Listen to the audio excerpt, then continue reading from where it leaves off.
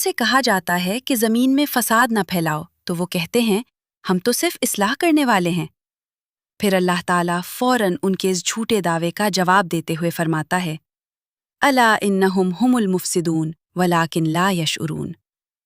خبردار، حقیقت میں یہی لوگ فساد پھیلانے والے ہیں لیکن انہیں اس کا شعور ہی نہیں۔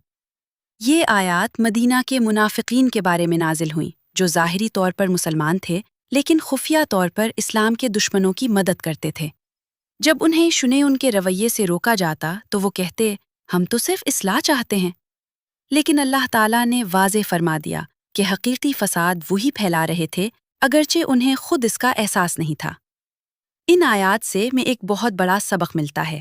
انسان جب بار بار اپنی غلطیوں، جھوٹ، دھوکے یا گناہوں کو درست ثابت کرنے کی کوشش کرتا ہے تو آہستہ آہستہ اس کا ضمیر کمزور پڑ جاتا ہے، یہاں تک کہ اسے اپنی